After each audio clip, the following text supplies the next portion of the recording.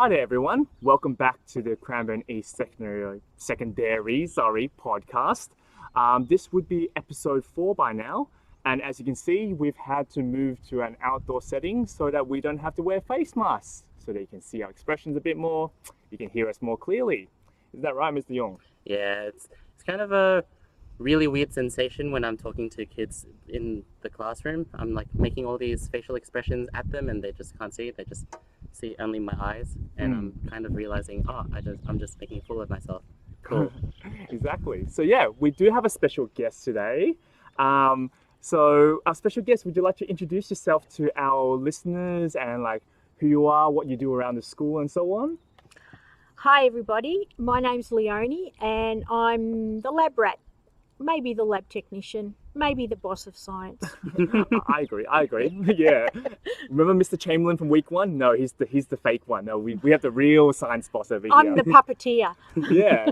So like, for example, I know sometimes in my class, Mr. Young, I forget things. I'm like, hey, you two, can you please go to the science lab and help me grab this thing, grab that thing? And Leonie over here, thank you so much, constantly helps me. Oh, what do you forget now? What do you forget now? So the only reason science can be so amazing and fun is because we have Leonie here.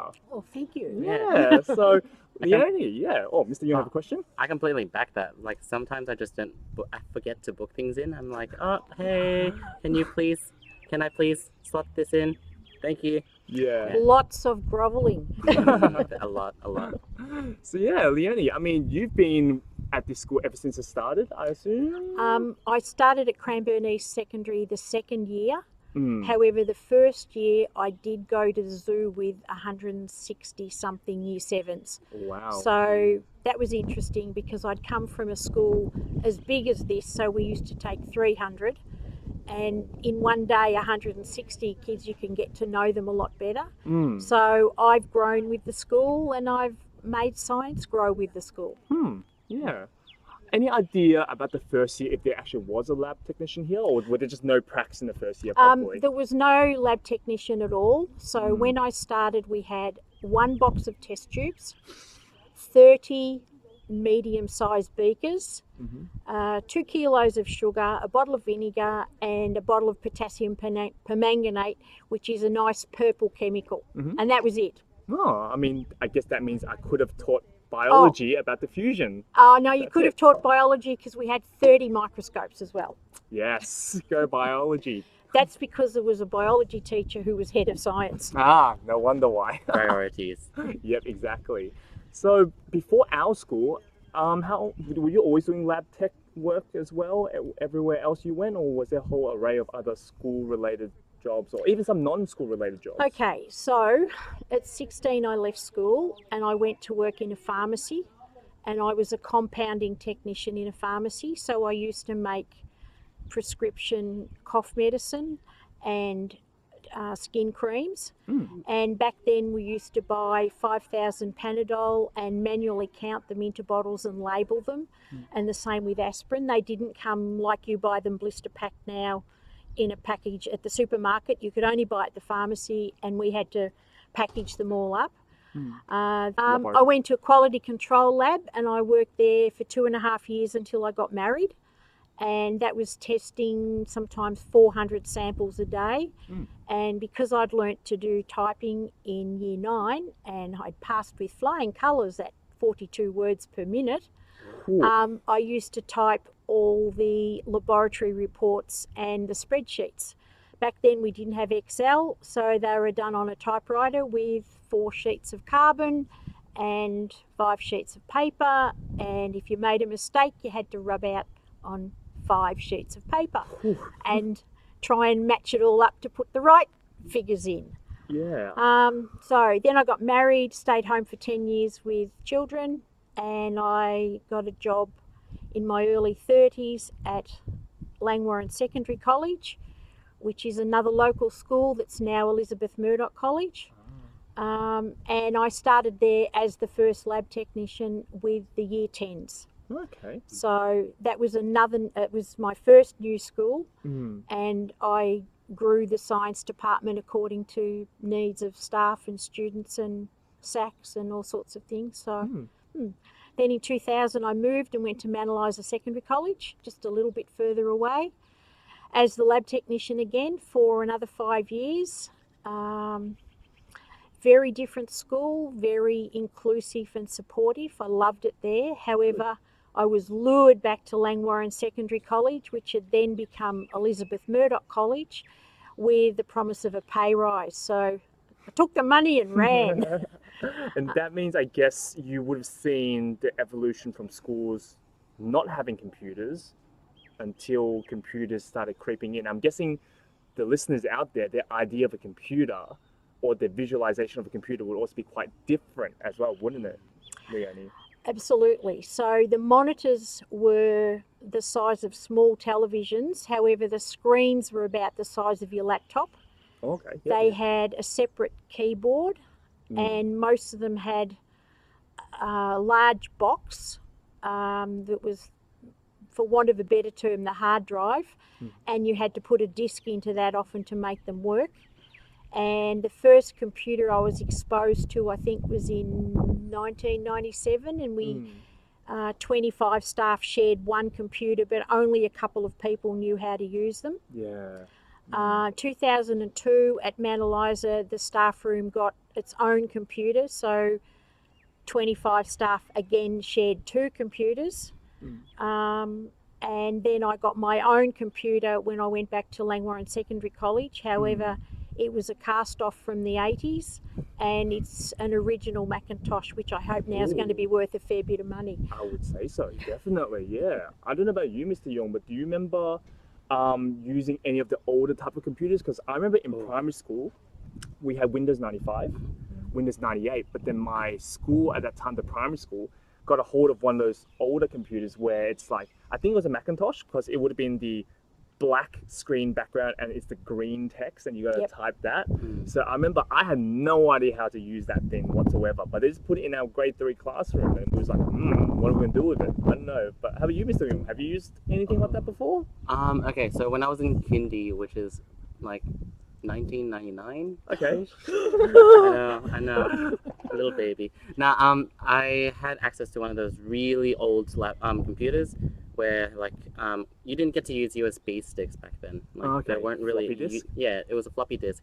You didn't even have the USB ports to plug in your mouse or keyboard. It was just this one round port that you had to plug into the computer, and then you had a floppy disk, which is like a little square. The control save symbol, people. That's what it is. Yeah. That would be a 3 1/4 inch floppy. Yes, the smaller one, not the large ones. Yeah. So I remember having to use that. Remember storing all of my music on that.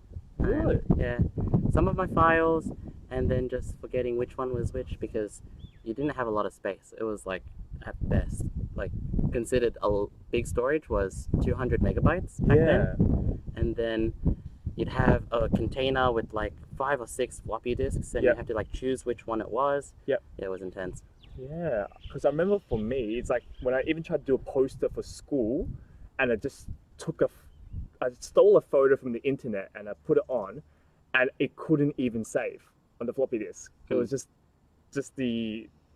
that big. Like, I mean, the floppy disk had that limited amount of storage, and so I couldn't even do my assignment properly. It was so annoying. I couldn't save it. I just had to literally do it and print it straight away. But yeah, and then I guess laptops started becoming more common. I got a laptop when I started here. I think because the IT boys didn't want to have to walk to the yellow building every time there was a problem. It meant I had to go to them. Yep, exactly. So when I was at school, because there was no computers. Or calculators. No calculators. You had to learn your tables. You had to remember your formula. Yep. And if you were doing an assignment, basically you had to handwrite it unless you were lucky enough to have a typewriter which would only type letters and numbers, nothing else. Yep. I remember hearing a story from one of my old tutors for maths, and basically they also learned maths in an age where calculators weren't a thing. And so when they were doing stuff like trigonometry, they had to like refer to this massive textbook just to start solving everything.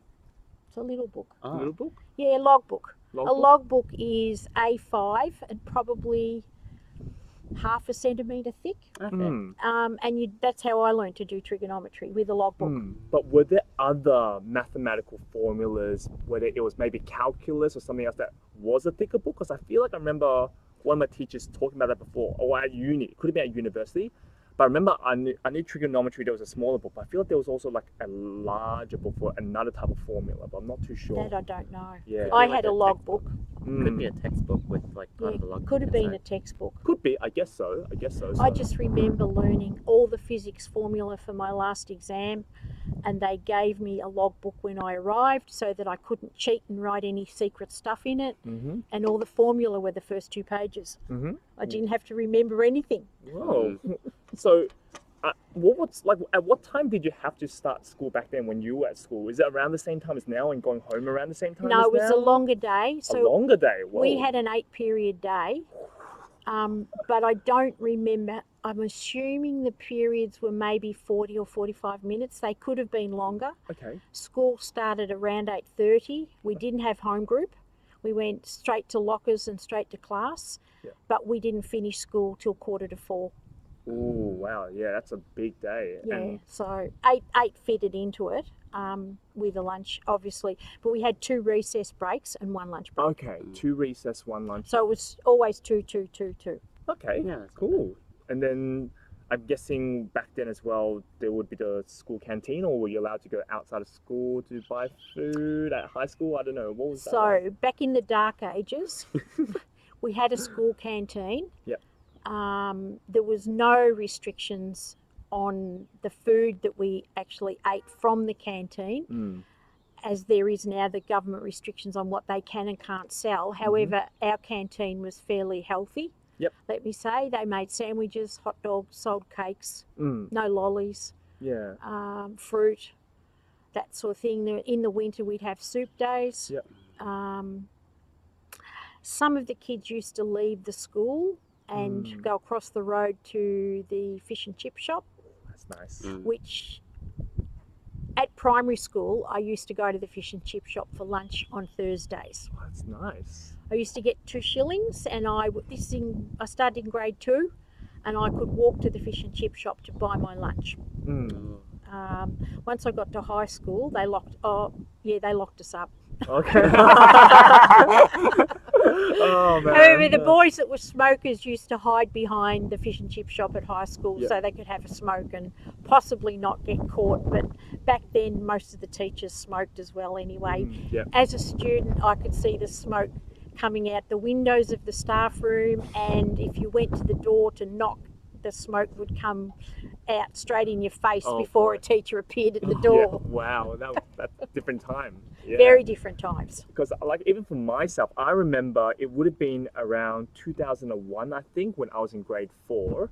And I remember that, I'm sorry to make you feel like it's been a long time, but yeah, I remember that year was the first time that the government had to change the rules around soft drinks being sold at school, had to become sugar-free. I remember from that point onwards. So even in our canteen now, I don't think you can buy any regular soft drinks anymore, can you? And so what we hated sugar-free soft drinks to the point of, and you know, Leonie, you would know how much I love sugar, right? I remember in high school in year 9, there was this one boy where every day what he would do is he would go to the supermarket, he'd buy a 24-pack of Coca-Cola. I'm using the word Coca-Cola, I'm not saying the word Coke, Coca-Cola, right? And he would put it into his lockup and he would sell them for $1 each. And each day he would sell out. And he would just make a profit off of that. He would just every day 24-pack until the teachers started noticing, and then when they started investigating, that's when he stopped. So he never was caught. Ben, you're an amazing person if you're listening, but yeah. no surnames, but yeah, he got us through. He got us through some really rough days when we needed more sugar. I sort of grew up without soft drink altogether. Yep. I drank milk or water and maybe homemade cordial. Ooh. Raspberry cordial, which was raspberry vinegar. It wasn't particularly sweet. However, on the weekends and on my school holidays, we would collect bottles that we could hand in and get 6pence back on, which is 5 cents. Yep. And by doing that, I could get a bottle of Fanta, which was 15 cents, and that was my go-to special soft drink. Yeah, I think like even our soft drinks now, they still have. Do they still have that return? It's for... only in South Australia now Yeah, that that's you the can collect thing. money. That's the problem because even though we have it on all our packaging as well, but only in South Australia. So I remember in high school, another funny story was one of my mates owed another one like $5, and then he had rubbish pickup duty that day because unlike here at Cranny East, where it's the last 15 minutes you go out for enviro duty, for us, what happened in my high school was every day of the year, 6 students were picked from each home group, and you slowly moved up the home group. And those students literally their whole job is to do duties and also pick up rubbish the whole day. And so one of them owed another one $5. So you can imagine he's Swapped. chasing him with a whole bucket. It's like, here you go, your $5. And the other guy's like, I don't want it. Like, what are you doing? I want my actual money. He's like, here you go, take it to South Australia. I don't think he ever actually paid him back in cash ever. So we really didn't have the rubbish problem that I see around the schools these days because my lunch came in a brown paper bag wrapped in wax paper. And I guess nearly everybody only ate cake that mum made, sandwiches. If you bought a pie at the canteen, it wasn't in a plastic wrapper, it just came in a brown paper bag. We only drank water from the taps at school. Nobody had soft drink bottles or bottles of water or Tetra packs of fruit juice. So there wasn't there was rubbish, but not like I see around the schools now. Oh, yeah. Because everything comes pre-packaged, so it creates a problem. We had not a lot of rubbish in our school as well. It came from, I think, just people being more conscious about it. And then we also had a student initiative that was put in that was called Naked Food Day, where you couldn't bring food that had wrappers for it. Oh, I heard So about that. yeah, we just did a lot of that, and yeah, our school was nice for it. So when I first started at Cranbourne East, we had a naked food rule. So kids could have naked food in a classroom, obviously not in a science classroom, but as long as it was cut up fruit or a piece of fruit, they were allowed to have that in the classroom during class time. And most of them bought naked food in lunchboxes and things as well. Yeah, that would I think alleviate a lot of our rubbish problems, especially here in the Agora. But I mean, I'm looking around now. It's pretty all right. So I mean, all of you listening, you've done a pretty good job so far. I think. 15 minutes at the end of the day, and it's looked pretty clean. Yeah, especially now that we've got that new grass on the Agora over there. It looks so nice. And I remember the first day I came back this year, and when I saw it, because us teachers would come back one day earlier than the Year 7s, Year 12s, I just couldn't help myself. I instantly took off my shoes and I was on my socks, and I was walking across the Agora. I was like, the cleanliness. I don't think I will ever do this ever again. No, I literally like looked at it and I was like, is this new? Yeah. New grass? And then like I actually like put my face very close to the grass just to be like, it is new. It's new grass. Did it smell like grass? I could not tell. I had hay fever. Oh, yeah. Everything was blocked. Yeah, I mean, I've always said for myself, when I get my own place, I want grass like that. It's going to cost a lot, but it saves me having to mow the lawn. Yeah, Saves same. me No having to- mowing. Do you normally have to mow the lawn at home, or would it be your No. husband doing it? I'm inside jobs, he's outside jobs. Okay, yeah. So bins once a week and a lawn mow once a fortnight or when he gets round to it. And it becomes a big job for him. Yeah. Whereas for me, every day, dishes, dinner, beds, washing. Yeah. Was there a lot of emphasis in schooling back then around learning about what to do around the home? Because I know, for example, in Japan that there is, like the first few years, the kids don't even do anything curriculum-wise. The main curriculum is like, how would you clean up your home? How would you cook for yourself? I mean, was it still contained to home ec back then? So when I was at primary school, we didn't have a lot of emphasis on anything that happens at home. When I went to high school, I was a foundation student at a new school, just like Cranbourne East and just like Glengarry Warren Secondary College. So I started Year 7 off with 67 students. We didn't have any home eco facilities for cooking or other things. However, we did learn textiles, but that was a girls-only subject. In Year 9, I did do home economics, and because then I got a school to go to, not just a few rooms that were shared. So home economics entailed obviously cooking, but it also entailed learning how to make a bed, learning how to peg clothes out, learning how to set a table properly for dinner with 2 or 3 courses, where to put the glasses on the table, where to put serviettes on the table, how to serve at the table. So after we would cook a meal, we had to share setting up the dining room off home eco, and then we would have to serve each other, and we were graded on how we cooked our meal, how we cleaned up our workspace, what the stove looked like at the end of it, and how well we served and set the table ready for dinner. And we would all sit and have a meal together after the home eco class. That's amazing. I mean, I guess that's what it should be, because if it's called home ec, Yeah. is it still called home ec? No, now it's just food tech, isn't it? Yeah, Because for you us teach it's it, food Mr. tech. Jung. Yeah. For us right now, it's just food tech. We do a lot of the preparing, cooking, and cleaning, and then just assessing the foods after they've made it. So, what's the aroma like? What's the taste like? All of that type of stuff. It's cool. All right, but yeah, I guess as you can tell, schooling, I mean, for myself, I remember we had electives that we had to do in year 7, year 8.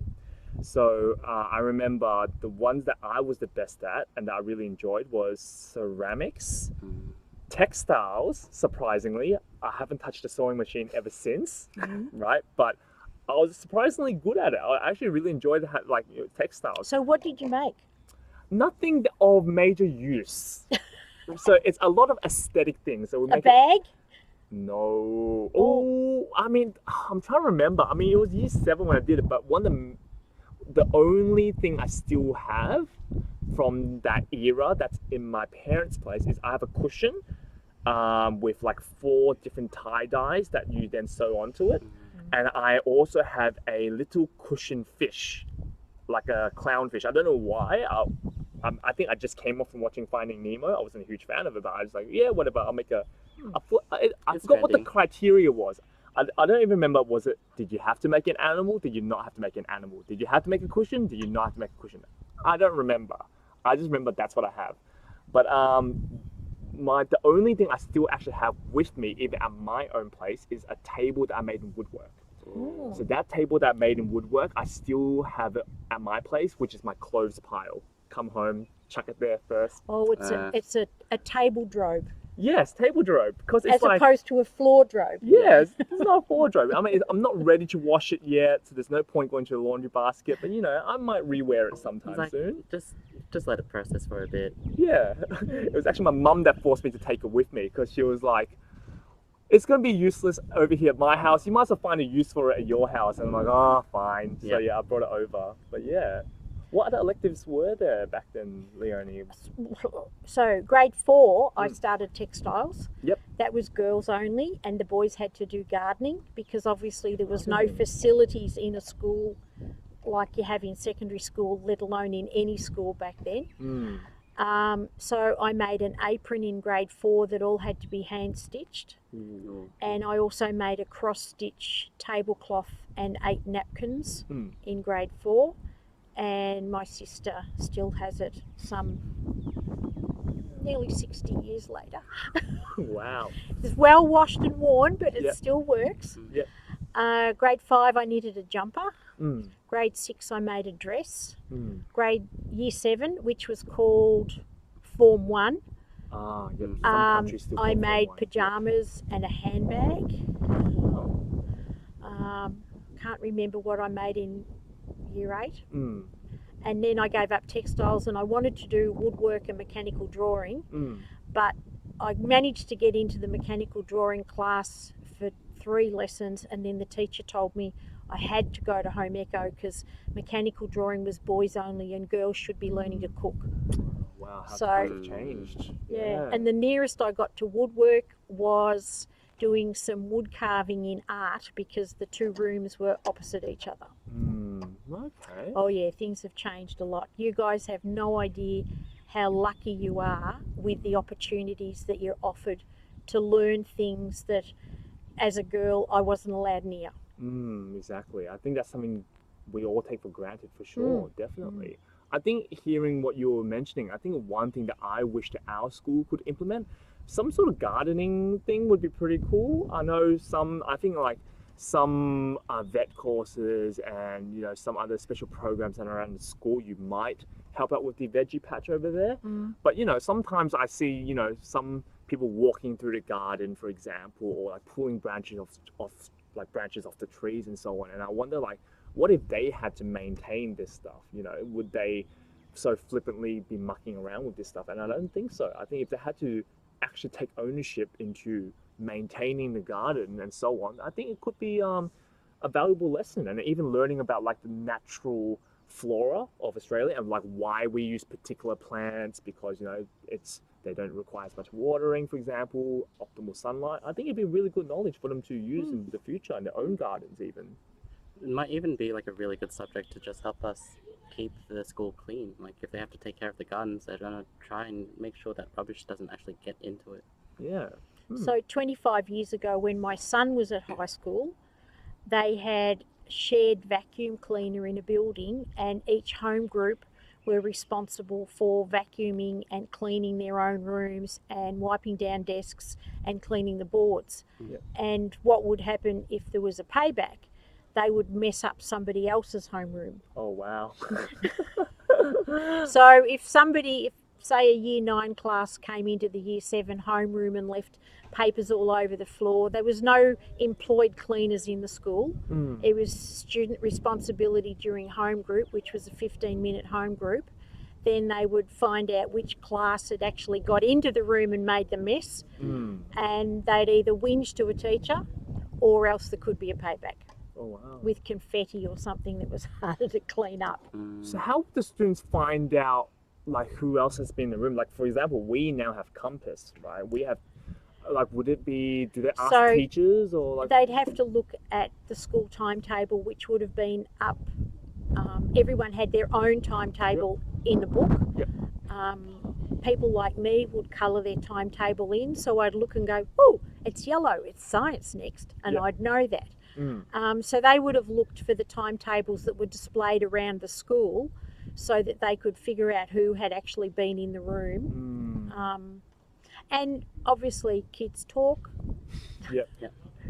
So yeah, that's how they do it. We never had any issues like that that I remember. Our room was just chairs up at the end of the day, come back the next day. Yep. We didn't tear pages out of our books like students do these days. We just wrote, because all we had was pen and paper and dictation. Yeah. Well, like even the resources that we had back then were way more expensive. I feel like we not expensive, like maybe it didn't cost more, but like we just valued our resources a lot more, because that was just how we were raised. Because back then we kind of treated it as a massive privilege to be able to use everything that we got. Well, it was a privilege to be able to go to school, because when I was at high school, lots of girls left high school in year 9 and year 10.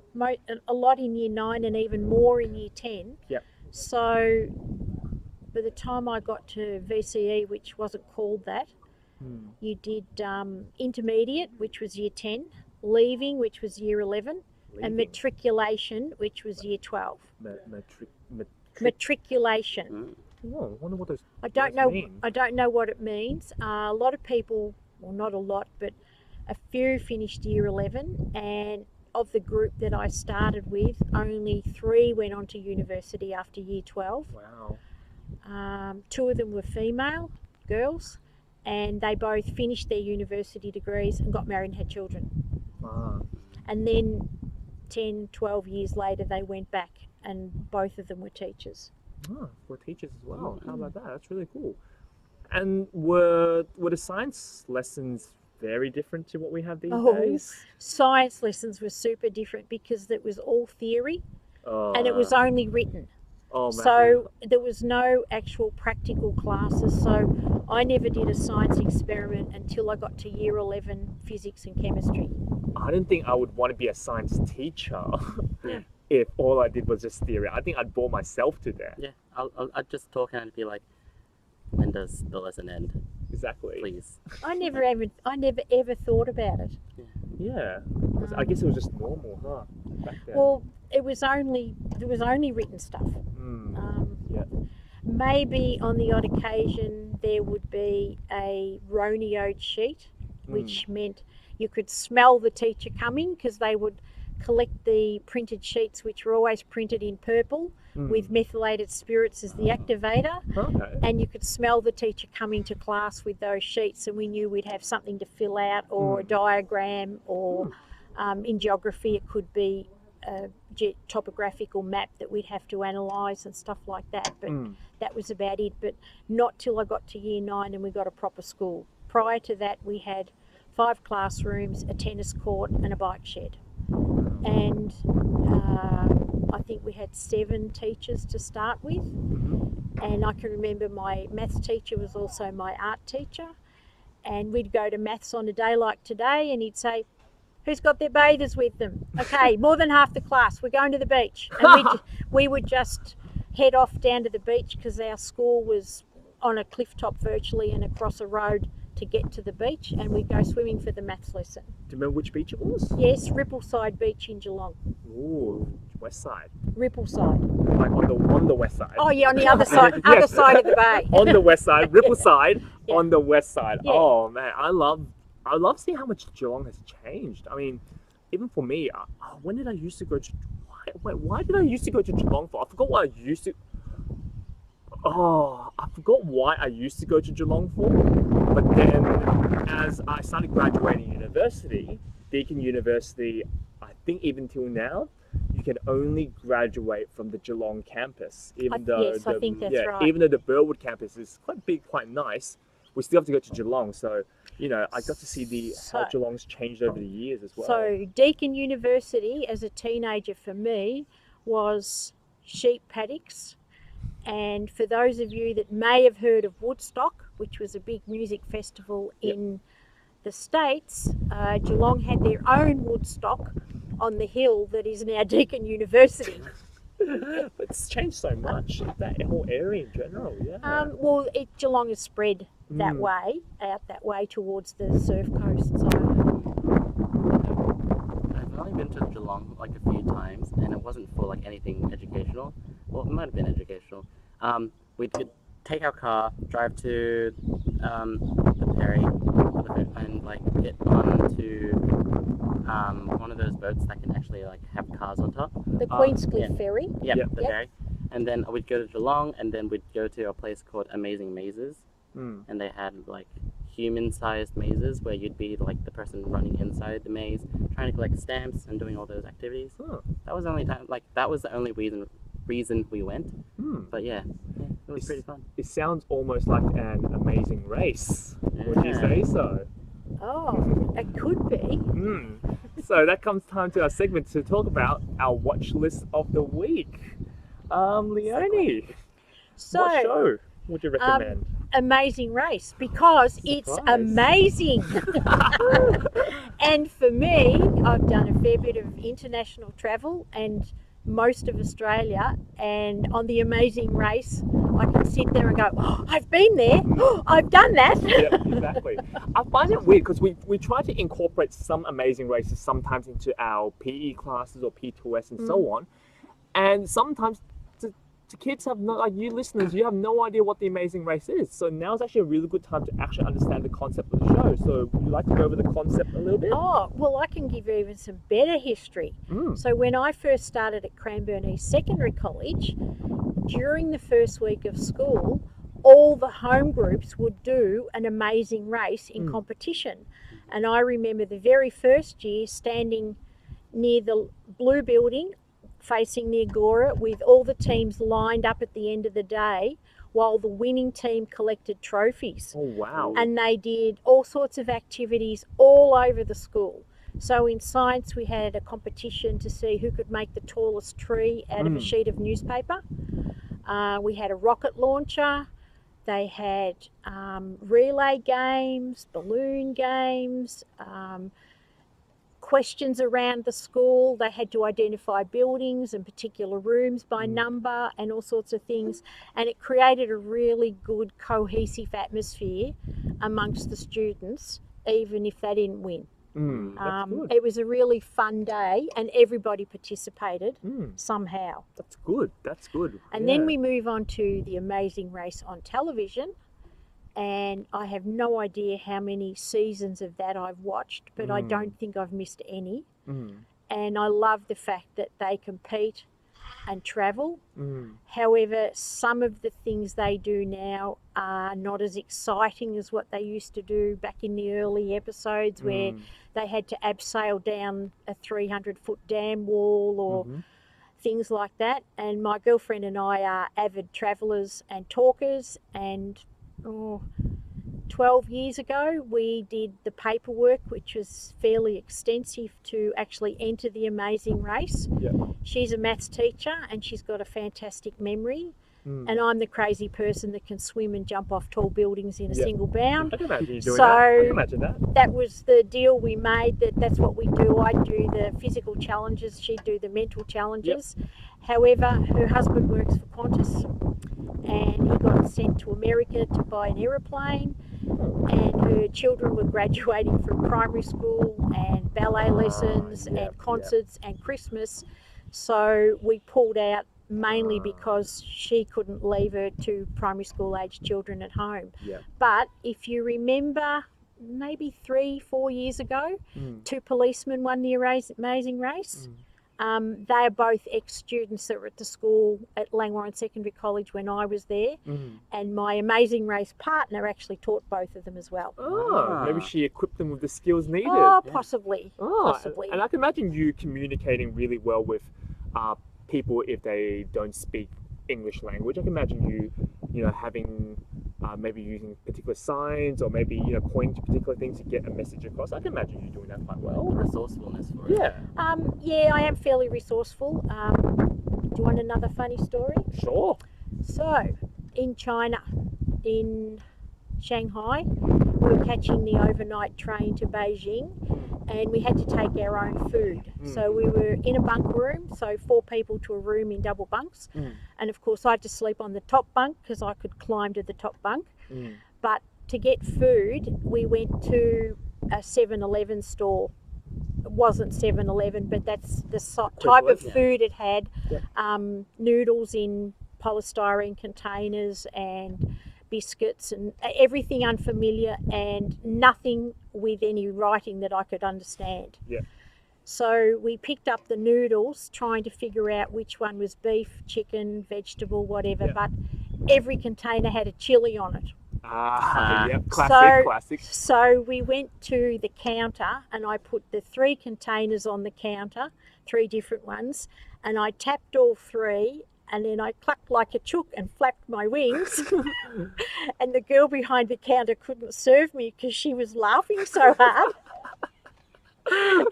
So she got her friend from the back room out, and I did it again, and then I had 2 girls that couldn't serve me. But did you get the chicken one eventually? I have no idea, because in the end we didn't eat it. We stole biscuits and jam from the hotel at breakfast, and we ate that on the train. I see. That almost feels like me when I went to Japan a bit, almost. That's me pointing to things, picking up things and using words that I knew from anime, but it was like very like your yes, your no, really, that type of stuff. Nothing useful. I can speak food in any language, so I will never starve. Good. No, that was me when I went to Korea with my sister. So we had no idea. Like, we ended up, even at the airport, we ended up stranded for 3 hours before we could take a train back into the main city. And people were offering us food, and we were like, what is this? What? No, thank you. But thank you. Thank you for being nice. And it was just crazy. So how did you communicate thank you? I was just like doing the bow. I was like, thank you. Do you know how to say thank you in Korean? 감사합니다. 감사합니다. I think for me, the funniest one was when me and my brother, we went to Taiwan, and they speak Mandarin in Taiwan. The thing is, I'm pretty good at speaking Mandarin, but I can't, when people speak it and I try to process it and understand it, I'm not that good. Too fast? I don't know whether it's too fast or the slang, I don't know, but my brother is the exact opposite. So the funny thing was, people would speak to us, he'd go, say in English to me, and then I'm like, and then like, what do we want to say to this person? Then I would speak it in Mandarin. It was so weird. It was such a weird combination. I don't know why, but yeah, definitely, yeah. Yeah, I mean, my show, for those students who are in my class, of course, you will know that I teach Mythbusters. So I would highly recommend Mythbusters because with Mythbusters, I think